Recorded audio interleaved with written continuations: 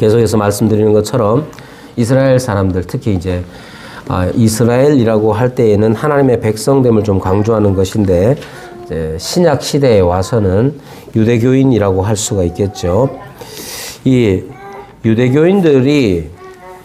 유대교인들로 하여금 자부심을 느끼게 하는 것, 그것은 성전과 율법이었습니다.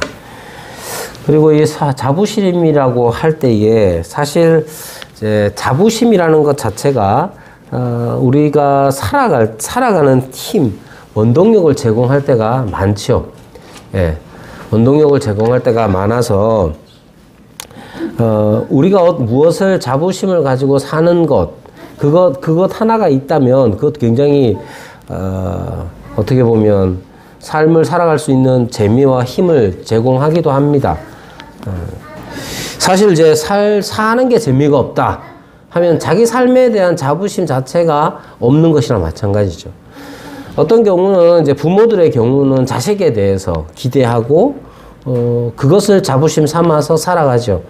내가 내 꼴은 이래도 우리 아들이 우리 딸이 이런 걸로 살아가는 겁니다. 그건 그냥 일상적인 사람들, 그냥 평범한 사람들이고, 만약에 그런 것이 하나라도 있으면 삶이 어떻게 보면 행복하죠. 내가 지금 직장은 이래도 아내는 나를 사랑해, 남편은 나를 사랑해, 아니면 반대도 마찬가지죠. 어떤 경우라도 마찬가지입니다. 근데 이것저것 다 없다, 그럼 그냥 이런 표현이 좀 조심스럽습니다만은 죽지 못해 산다고 생각하면 그냥 살아가는 거예요. 하루하루를 그냥 견디고 살아가는 것이죠. 그건 일상적인 사람들의 삶이 그러하고요. 유대교인들의 경우에는 유대교인으로서의 정체성, 내가 유대인이다라는 정체성을 어디에 두고 있었느냐 하면 성전과 율법에 두고 있었습니다. 나는 유대인이야. 근데 이 유대인은 어떤 사람들이냐 하면 이미 수백 년 전부터 자기들의 나라 하나 변변하게 세우지 못한 사람들이에요. 기원전 586년에 남유다가 멸망을 하죠. 대제국 바벨로니아에 의해서 멸망을 합니다. 그 이후로 변변한 나라 하나 제대로 마련하지 못한 채로 살았습니다. 그래서 약 기원전 2세기경에 한 왕조가 들어서고 한 100년 정도 지났다가 또 다시 망합니다. 하스모니안 왕조가 들어섰다가 로마의 폼페이우스 장군에 의해서 다 몰살되어 버려요. 그리고 예루살렘 유대 땅은 다 사람들을 다 붙잡아 가지고 다 없어져 버려요. 그렇다고 그 하스모니안 왕조 자체가 대단한 걸 했느냐? 100년 정도밖에 못 간 그 왕조가 뭘 대단한 걸 했겠습니까? 그럼에도 불구하고 유대인들은 어디에서 살아가든지 간에 그것이 바벨로니아든 아니면 이집트의 알렉산드리아든 아니면 로마이든 간에 자기들끼리 뭉쳐서 살았어요. 그렇게 살게 하는 원동력이 뭐냐 하면 나는 유대인이다 하는 거예요. 그 유대인이 뭔데? 유대인이 도대체 뭐길래 너네는 유대인으로 살아가느냐 했을 때, 우리에게는 성전이 있고 우리에게는 율법이 있다. 그렇게 해서 살아가는 거예요. 유대인의 동력이라는 것이죠.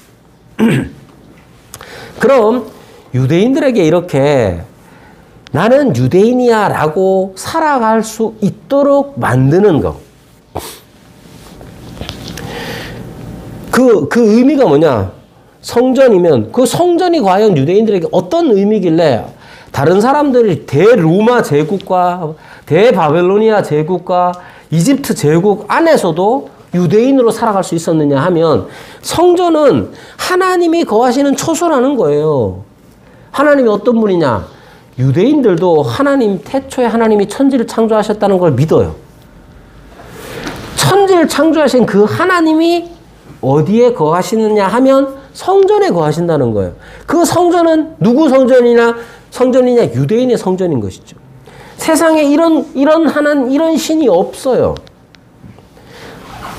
지난주에도 말씀드렸습니다만 그리스 로마 신화에 나오는 많은 신들이 등장을 하지만 그 신들은 사람하고 다를 게 하나도 없어요. 지네들끼리 싸우죠. 또 질투하죠. 바람 피우죠. 바람 피웠다고 또 성질 내죠. 저주하죠. 사람들이 하는 거랑 똑같아. 그러니까 신들은 있지만 그리스 로마 문화권에서 신들을 존중하거나 무서워하지 않아요. 도리어 어떤 사람들은 신들을 서로 이용해 먹죠. 그러나 유대인들은 어떻습니까?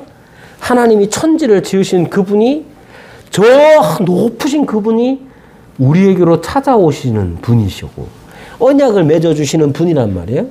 그리고 이 성전은 하나님이 거하시는 처소가 되는 것이고, 또한 하나님이 사람을 만나주시는 만남의 장소가 되는 것이죠. 그래서 성막이라고도 일컫고 회막이라고도 일컫는 것입니다. 그걸 이 세상 사람들이 다 하나씩 가지고 있느냐? 그렇지가 않아요. 오직 자기들만 가지고 있는 거예요. 그래서 로마의 압제 아래에서도 나는 유대인이다라고 살아갈 수 있는 거예요. 바벨론에 가서도 나는 유대인이다라고 살아갈 수 있었던 것이죠. 그리고 거기에 덧붙여서 한 가지 더 있는데 그게 뭐냐 하면 율법이었습니다.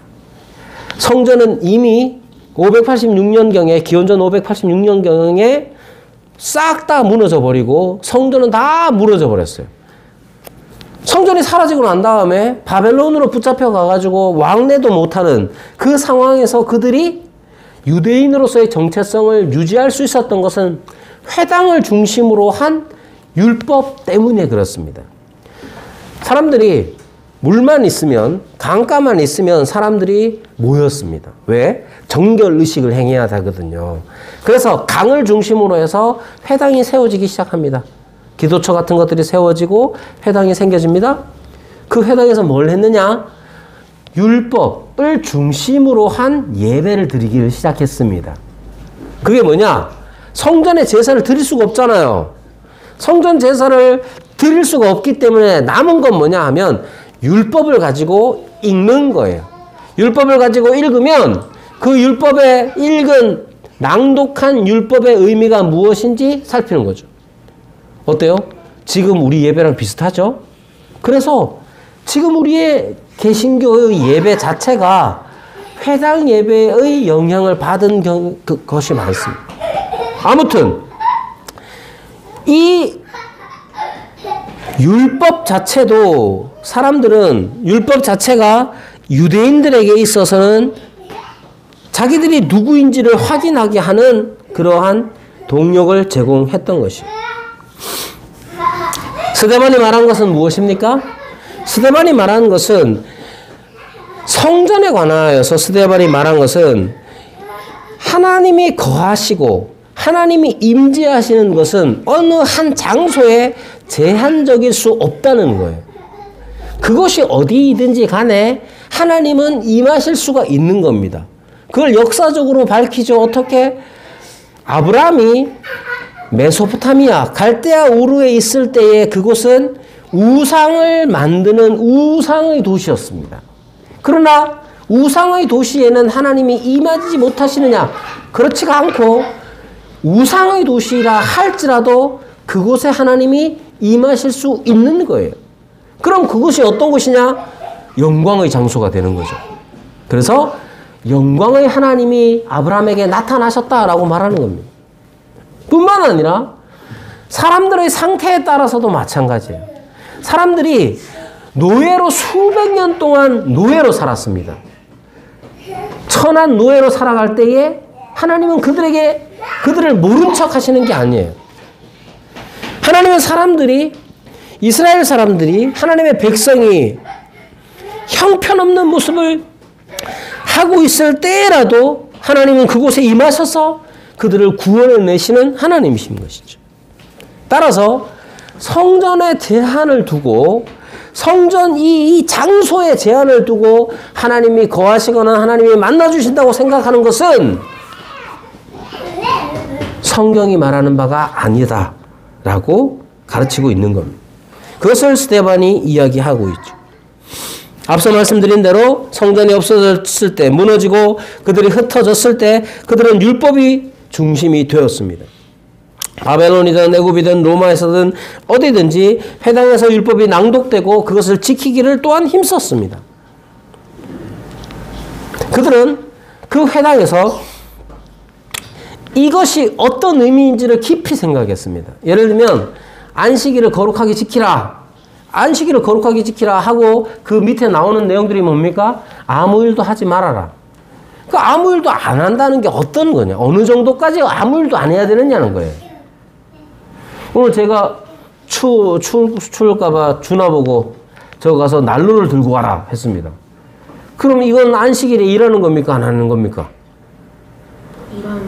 일하는 거야? 하하, 그러면 막 추워가지고 막 돌돌 떨면서 예배를 드려야 됩니까? 그런 여러 가지 것들에 대하여서 사람들은 생각하기 시작했어요. 안식일을 거룩하게 지키려니 구체적으로 무엇을 해야 하는지를 생각하기 시작했어요. 그게 회당 예배를 드리면서 회당 중심으로 살아가면서 그들에게 생겨났던 거예요. 그들은 율법을 듣고 연구하고 실천하고 그것들을 계속해서 힘썼습니다. 그러면서 나타난 게 뭐냐면 율법이 자기들의 것이 되어버렸어요. 내가 지킬 수 있느냐 없느냐, 내가 지키되 얼만큼 지키느냐에 자기들의 문제가 되어버린 것이죠. 율법이라는 것이 내가 지켜내야 하는 것이 되고 만 것입니다. 그래서 그들은 무엇을 지켰느냐 하면 마태복음 23장 23절에 보면 그렇게 얘기하죠. 바리새인들에 대해서 책망할 때에 너희가 박하와 회향과 근체의 11조를 드린다. 이게 다 뭐냐 하면 그냥 박하, 회향, 근체 전부 다 향기 나는 어떤 식물들 이런 거예요. 그런 것들에 11조를 드립니다. 신경 써서 드려요. 그런데 뭐라고 말씀하시냐? 같은 본문에서 그러나 너희는 정의와 긍휼과 믿음을 버렸다 이렇게 얘기합니다. 11조를 얼만큼 내야 하느냐 했을 때 이만큼을 내야 한다는 거예요. 100만 원을 벌었으면 10만 원을 내고 1000만 원을 벌었으면 100만 원을 내고 그렇게 해야 한다는 것이죠. 그뿐만 아니라 시간의 11조도 드려라. 온갖 11조에 관한 행위적인 것들을 다 가르치고 배우고 한단 말이에요. 그러면서 그것들을 해냅니다. 근데 그들이 놓치는 게 있습니다. 뭐냐?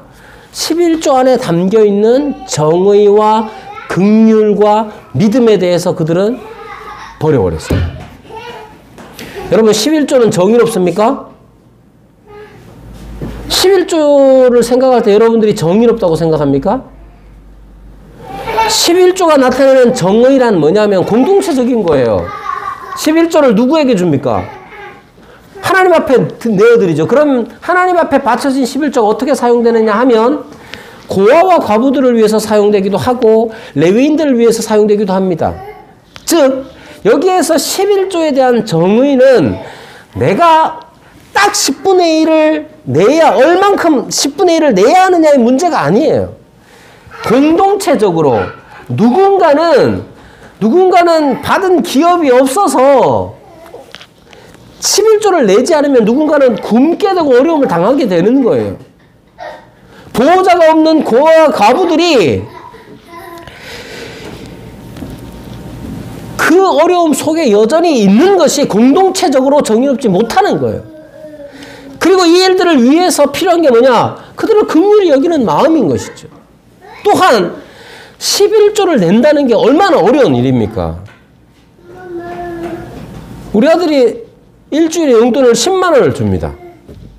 여러분 10만 원을 가지고 밥 먹고 살락하면 얼마나 빠듯하겠어요. 거기에 11조를 낸다는 거 얼마나 어려운 일이겠어요. 그럼에도 불구하고 10만 원, 일주일에 10만 원을 버는 사람이 만 원을 내는 일이 굉장히 어렵지만 그걸 내면서 필요한 게 뭐냐면 하나님의 것이니 하나님께 드립니다. 그런 하나님에 대한 믿음이 있는 거예요. 그러므로 율법을 행할 때에는 어떤 일을 하느냐 마느냐의 문제가 아니라 율법을 우리에게 주신 하나님에 대해서 알아가는 문제가 가장 중요한 거예요. 그래서 마태복음 23장 23절에 그러나 이것도 행하고 저것도 버리지 말아야 한다고 말합니다. 박하와 해양과 근제의 11조를 드리죠. 그것만 드리고 끝나는 게 아니라 그 속에 담긴 하나님의 정의와 긍휼과 하나님에 대한 믿음 그것이 있어야 하는 것이죠. 그런데 유대인들은 율법을 어떻게 생각했느냐? 11조를 박하와 해양과 근처에 11조를 드리면 돼. 나는 드리는 사람이야. 너는 못 드리는구나. 그래서 뭐라고 어떻게 기도합니까? 성전에서 기도할 때 하나님 감사합니다. 나는 11조를 1회에 2번씩 금식을 하고 11조를 철저하게 드리는데 저놈들은 안 합니다. 그렇게 얘기한다는 말이에요. 그러므로 이 사람들이 율법을 지키면 지킬수록 그것을 지키는 자기 자신을 대견하게 여깁니다. 그리고 더 나아가서는 자기만큼 안 하면, 자기처럼 되지 않으면 그렇게 생각하는 거예요. 늘.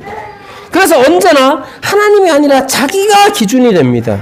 내가 해낸 일이 기준이 되고, 자기 기준에 맞지 않으면 심지어 율법의 수여자인 모세라도 복종하지 아니할 뿐만 아니라 거절합니다. 37절부터 41절까지 말씀을 봅니다. 이스라엘 자손에 대하여 하나님이 너희 형제 가운데서 나와 같은 선지자를 세우리라 하던 자가 곧 이 모세라. 시내산에서 말하던 그 천사와 우리 조상들과 함께 광야교회에 있었고 또 살아있는 말씀을 받아 우리에게 주던 자가 이 사람이라. 우리 조상들이 모세에게 복종하지 아니하고자 하여 거절하며 그 마음이 도리어 애굽으로 향하여 아론도로 이르되 우리를 인도할 신들을 우리를 위하여 만들라. 애굽 땅에서 우리를 인도하던 이 모세는 어떻게 되었는지 알지 못하노라 하고 그때 그들이 송아지를 만들어 그 우상 앞에 제사하며 자기 손으로 만든 것을 기뻐하더니. 여러분, 이 말씀에서 이미 자기중심성이 드러나죠. 율법을 받은 사람들이 모세를 통하여 율법을 받았음에도 불구하고 자기가 생각하는 것에 맞지 않으니까 모세에게 복종하기를 거절합니다. 그뿐만 아니라 우상을 만들어 세운 거죠. 그런데 여기 모세가 모세에 대하여 말할 때에 37절에 뭐라고 말하느냐면 모세가 행한 여러 가지 말들, 전해준 여러 가지 말들이 있지만 가장 중요한 말들로 스데반은 뭘 꼽느냐 하면 나와 같은 선지자 하나를 세울 것이다 이렇게 말합니다. 그럼 나와 같은 선지자는 어떤 사람이냐 하면 그 뒤에 살아있는 말씀을 받아 우리에게 주던 자가 누구냐? 모세란 말이에요. 그러니까 살아있는 말씀을 받아서 우리에게 주던 모세와 같은 그런 한 선지자가 세워질 것을 모세가 말했다는 거예요. 모세가 한 말이 여러 가지가 많겠죠. 그 중에서 지금 스데반은 하나의 핵심적인 사안을 이야기하는 겁니다. 모세는 율법의 수여자이자 전달자였고 이 율법은 살아있는 말씀이었습니다. 유대인들은 율법을 중요시 여깁니다. 중요하게 여깁니다. 그러면서 뭐라고 말하느냐? 이 율법은 하나님께서 모세에게 주신 것이고 모세가 우리에게 전달해 준 거야 라고 말하는 거예요. 그렇게 자랑스러워하는 거예요. 우리 집안이, 여러분 우리 집안이 어떤 집안입니까? 경주이씨. 위로는 고려 말의 충신 이재현과 그 유명한 이항복, 우리 대감님이 계시는 곳이 경주이시란 말이에요. 그래서 뭐 어쩌란 말이지. 우리 조상님들이 뭘 했든지 어쩌란 말이죠. 모세에 대해서 이야기할 때, 그리고 율법에 대해서 얘기할 때 이건 모세가 받은 거야 이렇게 얘기하는 거예요. 자기들이 가지고 있는, 그래서 지키고 있는 이 법조항이 하나님으로부터 모세에게 그리고 자기들에게. 그런데 모세가 전한 중요한 메시지는 바로 나와 같은 선지자가 세워질 거라는 거예요. 그럼 그들이 어떻게 했느냐? 이 영광스러운 율법에 대해서 그들이 처음서부터 행한 태도가 뭐냐 하면 모세에 대한 거절부터 시작되죠. 37절부터 나오는 말씀이 그걸 가르칩니다. 그들은 우리가 지키고 있는 이 율법은 하나님께서 모세에게 주셔서 모세가 우리에게 전해준 거야 라고 했지만 그들이 진짜로 처음서부터 행한 일은 뭐냐? 모세에게 복종하기를 거절하는 것부터 시작했습니다. 그것이 역사였습니다. 그럼 이후에 여러 선지자들에 대해서는 어떻게 했느냐? 52절에 보면 이렇게 말합니다. 너희 조상들이 선지자들 중에 누구를 박해하지 아니하였느냐? 박해하지 않은 사람이 누가 있느냐는 거예요. 의인이 오시리라 예고한 자들을 그들이 죽였고 이렇게 말합니다. 그러니까 모세 이후로 하나님께서는 계속해서 선지자를 보내셨는데 그 선지자들이 무엇을 예고했느냐 하면 의인이 오시리라고 예고한 거예요. 선지자들의 메시지는 바로 의인이 오시리라는 거예요. 근데 그들을 죽였다는 거예요.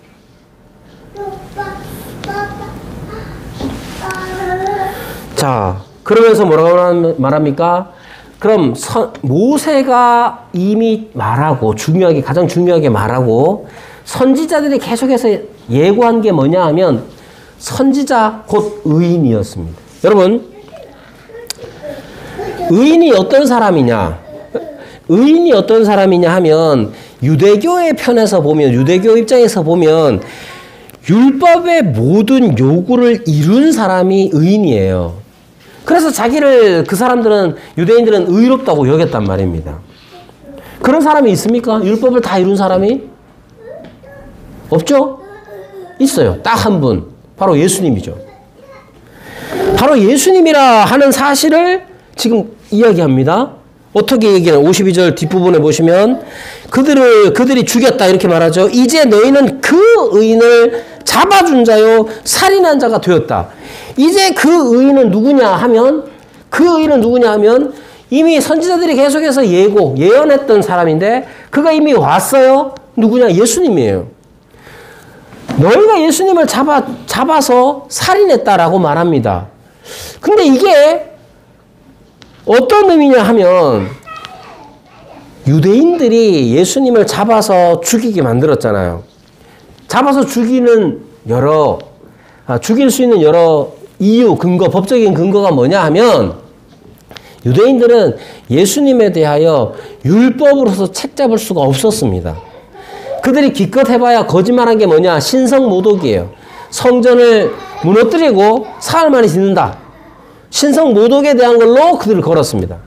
그러나 신성모독조차도 서로 거짓말이 맞지 않아서 이루어지지 못했고 결국 그들이 죽게 만든 것은 뭐냐 하면 로마에 반항하는 자요, 저항하는 자요, 반역자라는 걸로 죽인 거예요. 그러니까 유대인들이 예수님을 죽이고 싶어 했는데 죽여야 할 근거를 율법에서 찾지를 못하고 정치적인 것으로 넘겨가지고 로마에 의해서 죽게 만드는 거예요. 이 말은 무엇을 반증하느냐 하면 예수님이 율법의 의로운 자, 율법에 대하여 하나도 책잡을 것이 없는 완전한 의인임을 증거하는 거라는 것이죠. 그래서 스데반은 담대하게 얘기합니다. 어떻게 얘기합니까? 선지자가 오리라.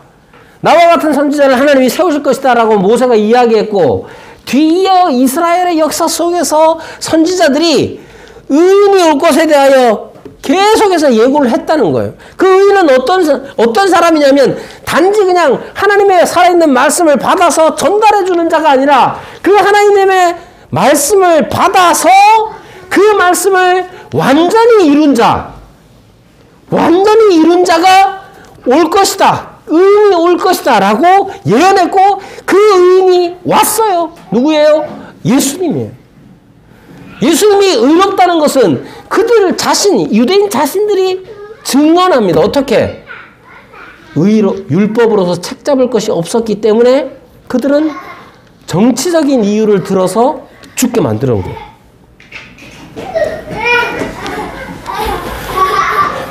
예수님은 그들 기준으로도 의인이었습니다.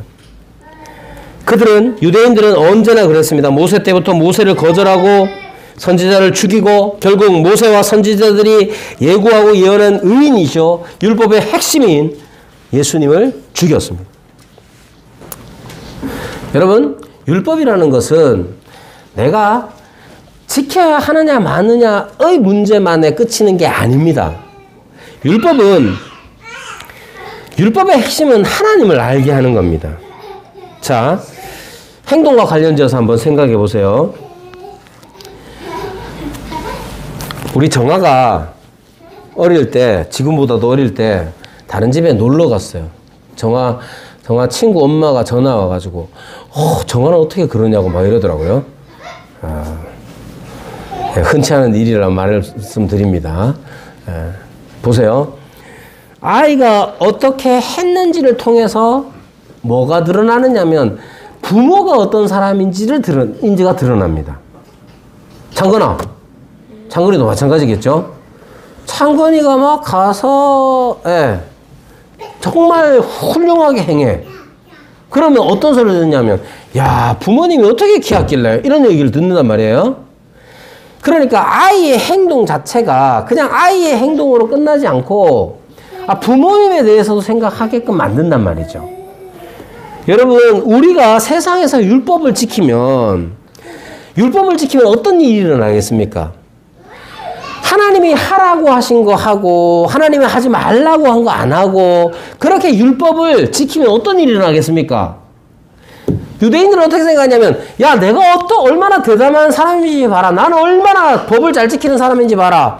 그렇게 해놓은 거예요. 그러나 하나님께서 율법을 주실 때에는 그 율법을 지켜 행함으로써 그 율법을 내신 분, 하나님이 어떠한 분인지가 더 드러나게 되는 거예요.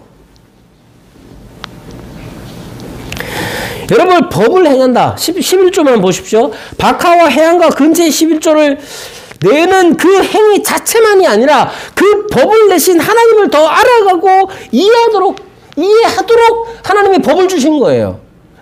그래서 11조라는 이 율법의 행위를 행할 때에 그 행위를 했느냐 말았느냐로 끝나는 게 아니라 그 11조를 하라고 하신 분의 정의, 긍휼, 믿음 이런 것들이 드러나는 거란 말이에요. 예수님이 오셔서 무엇을 하셨습니까? 이것을 다시 깨닫게 하신 거예요. 간음하는 것이 어떤 것이냐? 살인하는 것이 어떤 것이냐? 그렇게 주님께서는 율법에 대해서 다시 그들로 하여금 깨닫게 하시도록 가르치셨을 뿐만 아니라 그 율법의 모든 요구들을 그대로 살아내신 것이죠. 바로 예수님의 의인이시고 율법의 완성이 되시는 거예요. 그러나 사람들은 어떻게 했느냐? 그들은 목이 곧은 사람들이라 완악한 자들이란 말이에요. 그래서 그들은 성령과 메시아 그리스도와 율법을 거스르는 죄를 지었다고 스데반이 선언하고 있는 겁니다. 여러분, 다시 말씀드립니다. 율법은 나의 행위의 문제만이 아닙니다. 율법을 내신 율법을 제정하신 그분을 드러내야 하는 것이죠. 율법은 하라 하지 말라 이것을 통해서 또한 나 자신의 잘못과 죄를 깨닫게 됩니다. 그래서 율법을 통해서 죄가 드러나는 것이죠. 여러분, 죄의 가장 큰 죄는 무엇이라고 생각합니까? 죄 중에 가장 큰 죄는 무엇이냐? 여러분들이 어떻게 생각합니까? 살인이 가장 큽니까? 아니면 성적인 범죄가 가장 큽니까? 폭력입니까? 가장 큰 죄는 하나님을 하나님으로 모시지 않는 것이죠. 스데반은 이것을 지적하고 있는 겁니다. 여러분, 스데반의 이 모습 속에서 또한 우리가 배워야 하는 것이 무엇이냐 하면 우리도 죄를 죄로 드러내는 자가 되어야 하는 거죠. 지금 유대인들 앞에서 기세가 등등한 유대인들 앞에서 그 기세에 눌리는 게 아니라 하나님의 말씀을 따라서 그 유대인들의 죄를 지적하고 있는 거예요. 너희가 그 의인을 잡아준 자요 살인한 자가 되었다 이렇게 말합니다. 여러분, 우리도 그러합니다. 여러 방식과 타이밍이 있을 수는 있죠. 분명한 것은 죄를 죄라고 분명히 말할 수 있느냐의 문제입니다. 그럼 어떤 사람이 죄를 죄로 말할 수 있느냐? 여러분들 지금 나가면 사람들, 여러분들의 친구든 여러분들의 가족이든 누구든 간에 죄를 죄라고 말할 수 있느냐? 쉽지 않죠. 우리 큰아들이 오랜만에 와가지고 이제 대학생활 하면서 하는 얘기 중에 억지로 붙잡혀가지고 노방전도한 얘기를 했는데 마음이 짠하더라고요. 엄청 싫어할 낀데 또 뭐 하작보고 막 그러면 얼마나 힘들었겠어요? 여러분, 지금도 마찬가지죠. 사람들이 하나님을 알지 못하는 게 죄라고 우리는 믿습니다. 왜 그렇습니까? 하나님을 알지 못하면 하나님을 하나님으로 모시고 살 수 없어요. 이 세상 모든 사람들, 이 세상 모든 만물은 하나님께로부터 왔는데 하나님이 창조주이시자 만물의 주권자이신데 그 하나님, 우리의 창조주이시자 주권자이신 그분의 뜻을 따라 살지 않아요. 그게 죄가 아니고 뭡니까? 그럼 그런 세상 사람들 앞에 우리는 죄를 죄라고 지적할 수 있느냐? 못하죠. 왜 못하는 줄 알아요? 그리스도에게서 의를 맛보지 못하면 그거 못합니다. 50년을 다니든 100년을 교회 다니든 그리스도의 의를 맛보지 못하면 못합니다. 의가 뭡니까? 뭐뭐다운 거예요. 하나님의 의는 하나님의 하나님다우심입니다. 의로우신 하나님, 그럼 뭡니까? 하나님은 하나님다우시다는 거예요. 저의 의는 뭡니까? 목사로서 목사다워야 되는 거죠. 그러면 하나님의 하나님다우심은 뭐냐? 죄를 깨닫고 하나님의 구원 역사를 우리가 맛보는 거예요. 그게 의롭다는, 하나님, 그리스도의 의를 맛보는 거예요. 여러분, 우리가 하나님이 하나님다우실 때 우리가 무엇을 경험하느냐 하면 죄를 죄로 보게 됩니다. 죄를 죄로 보게 되고 하나님을 하나님으로 모시게 되는 거예요. 그래서 죄를 깨닫고 하나님의 구원 역사를 맛본 사람만이 죄와 의를, 그리스도의 의를 밝히 증언할 수가 있는 겁니다. 모세부터 말라기까지 그렇고 예수 그리스도의 증인들이 담대히 외치는 거. 주님께서, 하나님께서는 그들을 사용하셔서 오늘도 우리에게 말씀하시는 하나님의 음성을 듣고 돌이켜야 하는 거예요. 죄의 자리에서. 스데반이 하는 일이 뭐냐 하면 바로 이거예요. 스데반이 하는 일이, 지금 증언하는 일이 바로 이것입니다. 스데반은 죄를 죄라고 분명히 말하고 있습니다. 어떻게 그럴 수가 있었겠습니까? 그리스도로 말미암아 의를 맛보았기 때문이에요. 그리스도로 말미암아 의를 맛보았다는 건, 하나님이 계시는구나. 하나님이 계셔서 우리의 죄를 죄로 여기시는구나.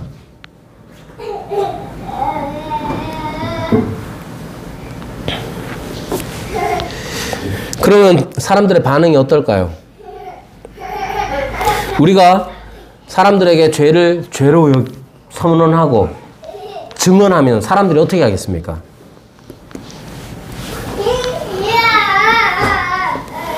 사도행전에는 3가지 경우가 다 나옵니다. 첫 번째, 사람들은 믿습니다. 무엇을 믿습니까? 우리가 전하는 복음을 믿습니다. 무엇을?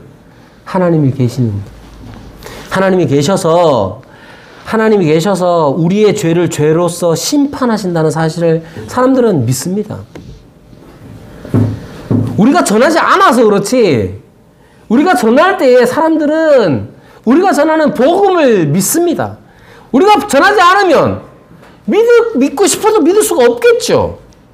사도행전은 그렇게 복음을 전했을 때 그것이 3,000명이든 5,000명이든 돌아오는 역사에 대해서 분명하게 기록하고 있습니다. 그래서 우리가 그리스도의 의를, 그리스도의 복음을 전하는 일에 있어야만 사람들이 돌아오는 거예요. 그러나 믿는 결과만이 나타나는 게 아니라 많은 경우 무시하기도 합니다. 또 오늘 본문에서는 뭐가 나오느냐? 박해합니다. 누구를? 스데반을. 어느 정도로? 그냥 무시하고 그 정도가 아니라 죽음에 이르기까지 합니다. 여러분, 그들의 반응에 정답은 없습니다. 오직 때는 어떤지 못 얻든지 복음을 전파하는 것 뿐입니다. 단, 복음 전파가 또 하나의 율법, 우리의 의무가 되지 않기를 바랍니다. 한편으로 생각하면 복음 전파는 의무이기도 합니다. 그러나 이 의무라고 했을 때에 이 의무라는 말 자체는 예를 들면 이런 거예요. 어제 우리 아들 와가지고 이제 외식을 했단 말이에요. 여러분, 아들이 오랜만에 오면 외식하는 게 의무입니까?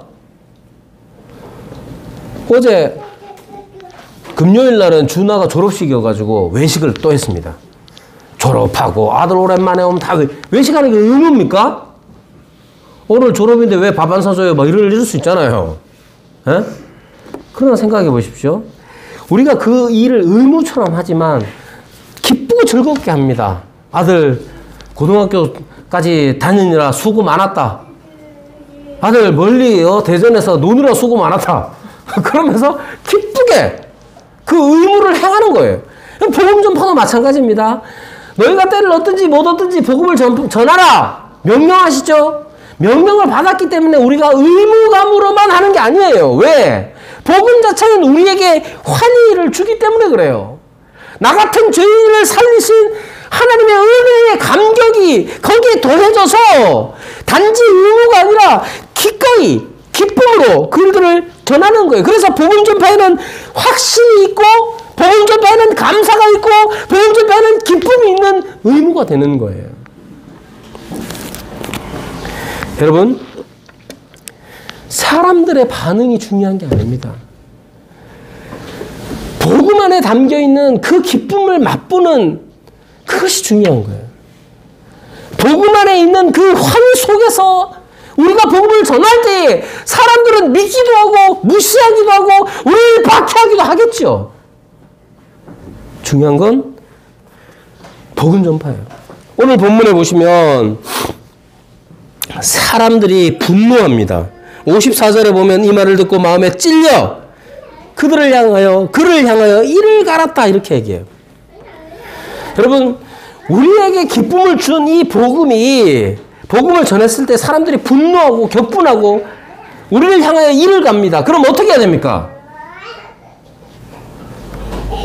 스데반은 어떻게 했느냐? 그들의 분노에 초점 맞추지 않습니다. 어디에 초점을 맞춥니까? 하나님의 영광에 초점을 맞춥니다. 55절에 보십시오. 성령께서 어떻게 하시는지 보십시오. 지금 성령께서는 스데반으로 하여금 복음을 전하게 했습니다. 즉 사람들로 하여금 죄를 죄라고 말했습니다. 그때 성령께서 어떻게 하시느냐? 충만하여 하늘을 우러러 주목하여 하나님의 영광과 및 예수께서 하나님 우편에 서신 것을 보고, 분노하는 사람들을 보는 게 아니라 성령에 충만하여서 성령께서는 하늘을 보게 하십니다. 하나님의 영광을 보게 하십니다. 우리가 세상 사람들이 우리가 전하는 복음으로 인해서 믿든지 우리를 무시하든지 우리를 향하여 분노하든지 간에 우리가 초점을 맞춰야 하는 것은 저들의 반응이 아니라 하늘의 영광입니다.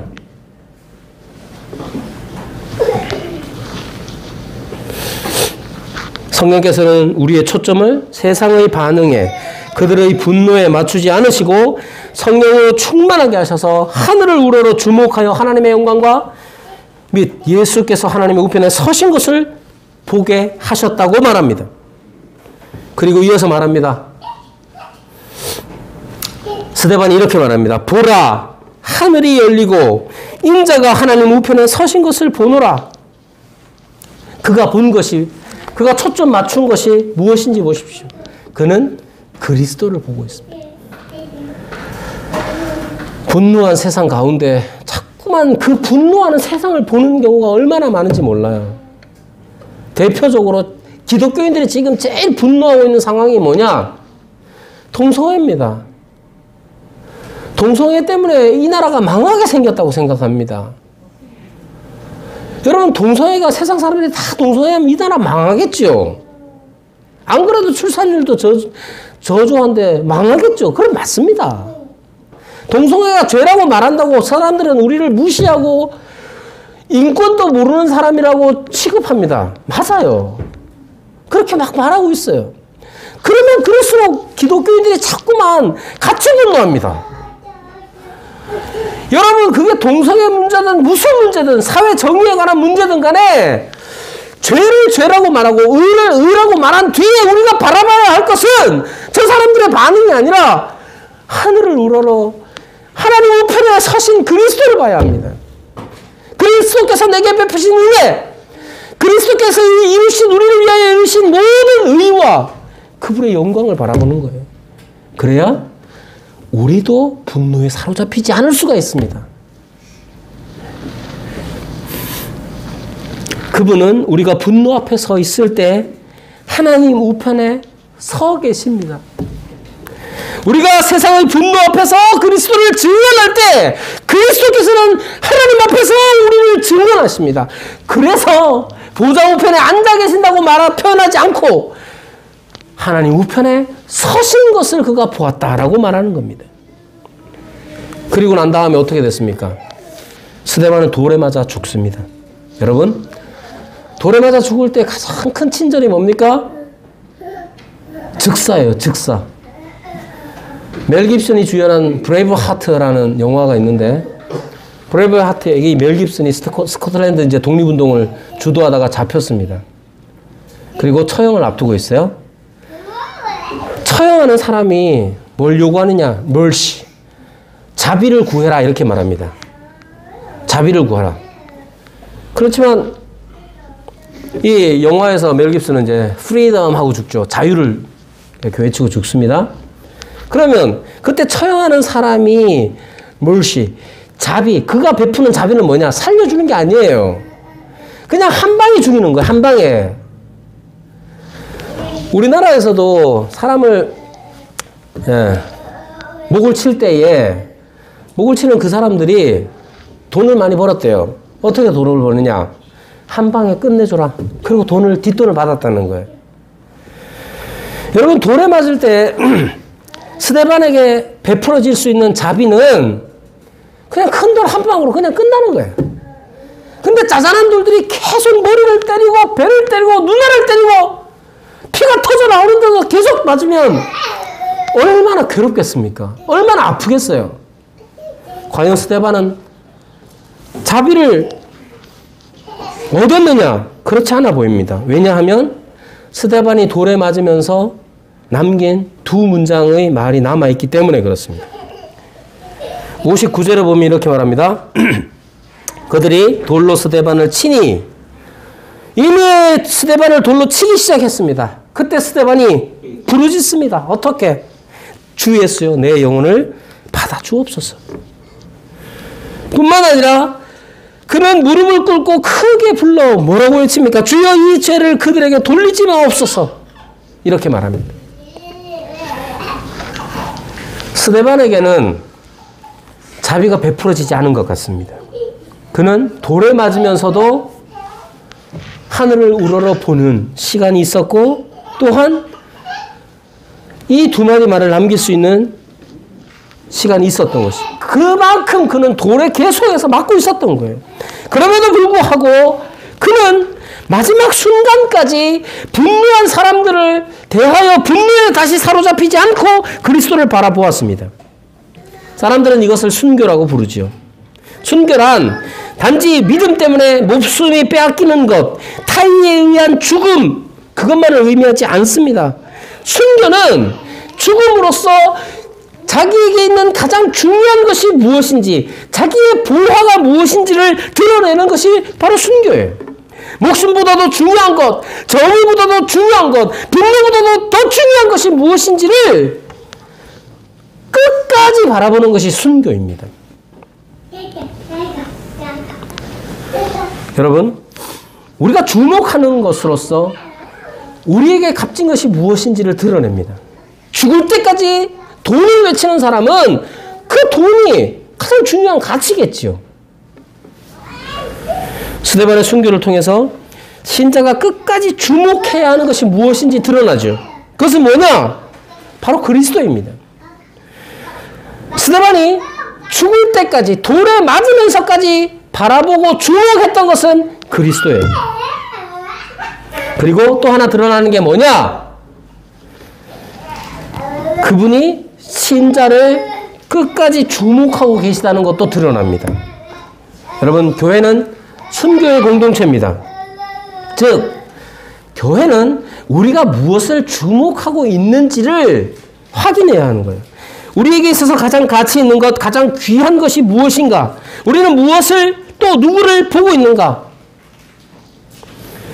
그리스도께서 하나님 우편에 서신 것을 보아야 합니다. 우리의 영혼의 주인이시자 우리의 죄를 용서하시는 그리스도를 죽을 때까지 보는 것, 그것이 바로 우리가 행해야 하는 순교예요. 그러기 위해선 우리의 모든 의가 죽어야 하죠. 우리가 십자가를 지고 주를 따르라 하시는 말씀처럼 우리가 어떤 상황에서든지 그리스도를 바라보는 것이 순교이고, 스데반이 지금 우리에게 가르쳐 주는 것입니다. 스데반은 죽을 때까지 그리스도를 바라보았고, 그리스도께서는 스데반이 죽을 때까지 스데반을 바라봤습니다. 이러한 순교의 공동체, 그의 나라 교회가 되기를 바랍니다. 네, 함께 말씀을 생각하시면서 기도하겠습니다.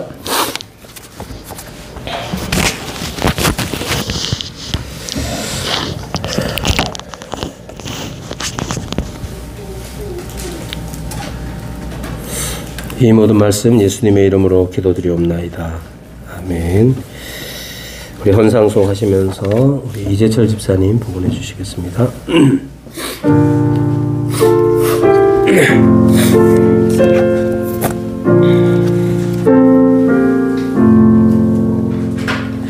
내 구주여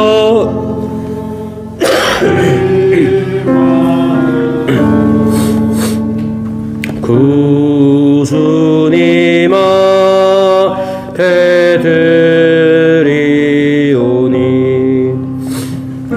그 보혈로 씻어 주사 정결케 하시니 비나이다. 나의 몸도 드리오니 이 또한 받아 주옵시고 이 한 세상 지날 때에 주님의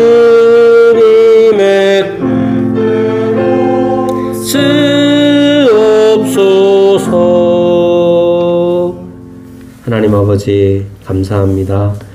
우리 주님께서 우리에게 베푸신 은혜를 따라서 또 우리가 감사함으로 주님 앞에 헌금합니다.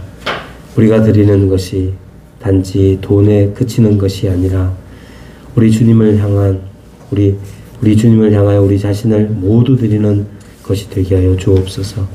그것을 대표하여 이 돈을 드리옵나니 주여 우리를 받아 주시옵소서. 또한 이 예물이 쓰이는 곳에 주의 긍휼하시는 영광이 나타나기를 비옵나이다. 예수님의 이름으로 기도드리옵나이다. 아멘. 이제 우리 다 일어나셔서 방복선을 읽겠습니다.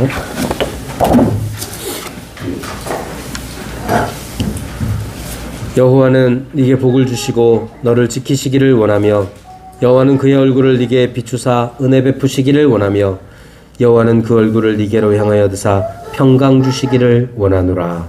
아멘. 마침송 1절 하겠습니다.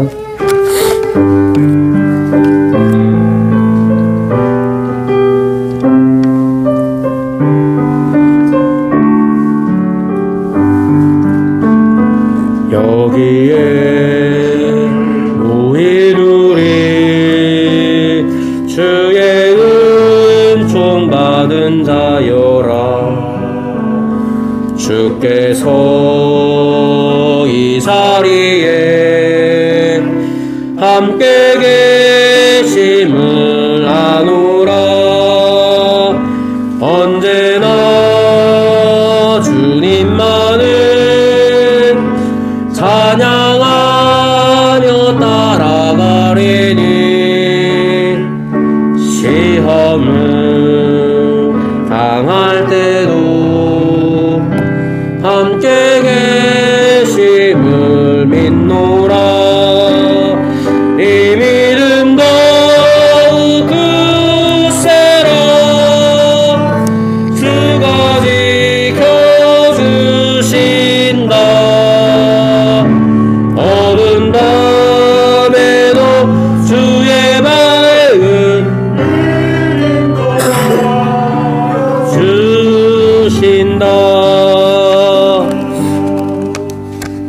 감사합니다. 자리에 앉으시고요. 다음 주일 찬송은 찬송가 30장 전능하고 놀라우신 이고요. 우리 봉헌은 한지호 집사님입니다. 연말 공동의회가 31일 8시 30분에 있습니다. 송구영신 감사 기도회는 9시에 가지려고 합니다. 우리 연말 공동의회 때 1년 재정에 대해서도 함께 확인을 하고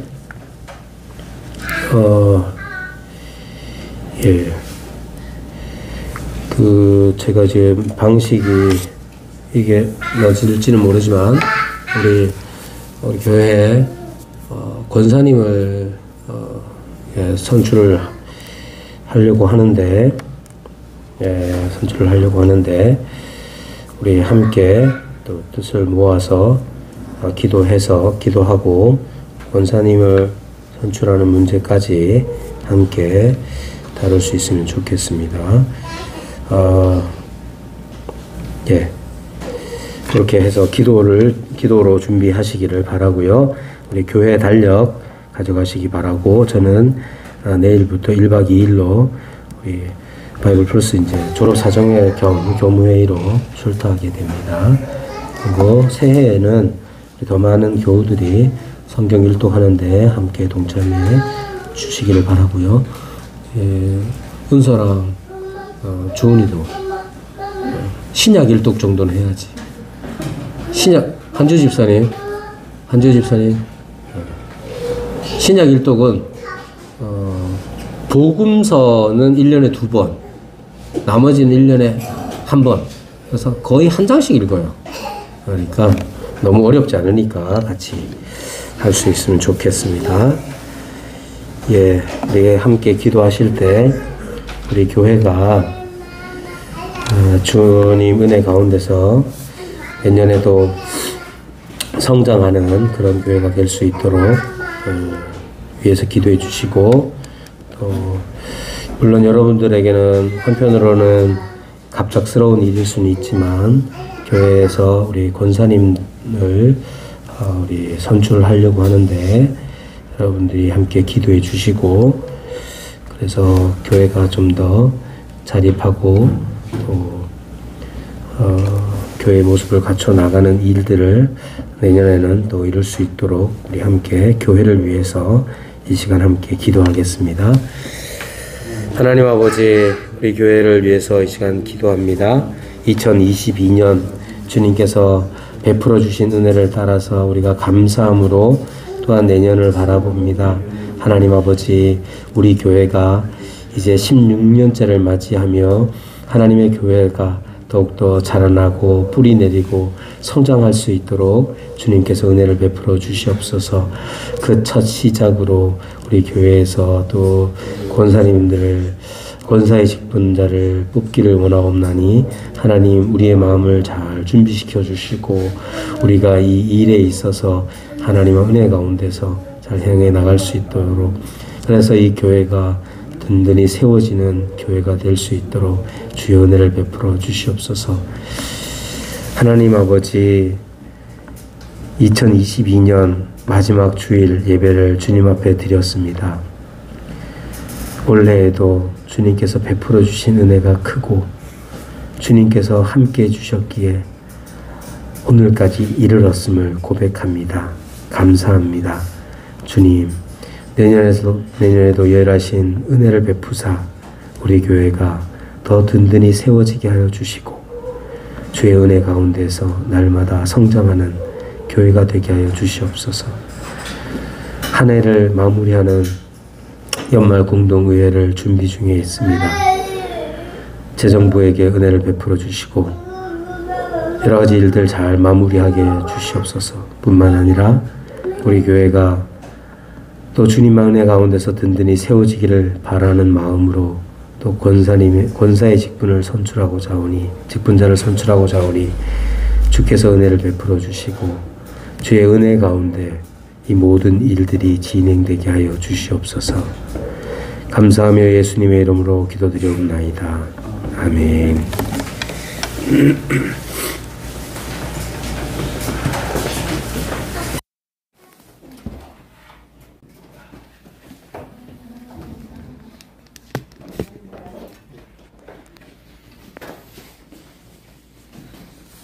야, 강기준이 컨디션이 좋구나.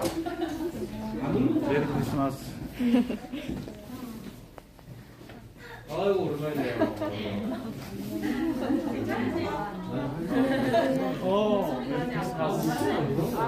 우리 교회는 크리스마스에 대한 게 엄청 바쁘신갑다. 야 한기준이. 괜찮았어? 연락 많이 놀랬죠? 잠깐 이해해요. 병원 갔는데 대기자가 100명 가까이 된다. 어디 갔는데? 그 주일날 병원 하는 데가 많지 않으니까 문도까지 갔는데 아이고 전화했을 때 얘기를 해줬으면 거기까지 안 갔죠. 그렇지. 문도까지 갔는데. 네. 그 장성동에 주일날 하는 병원 있잖아. 없는 게 어디 고 주일날 하던데. 아니 저희도 한병원인가 의학대라 그래가지고 병원을 갔는데 진짜 대기자 너무 많아서 카페 가서 기다리다가 애들이 병원 많이 가나. 대기자가 100명이라고. 뭐 하나 없나?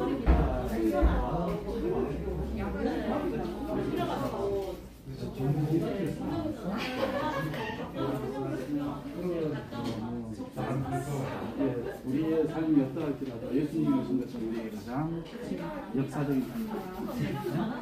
어떠한 우리가 어떻게 살고 있을지 뭐라고?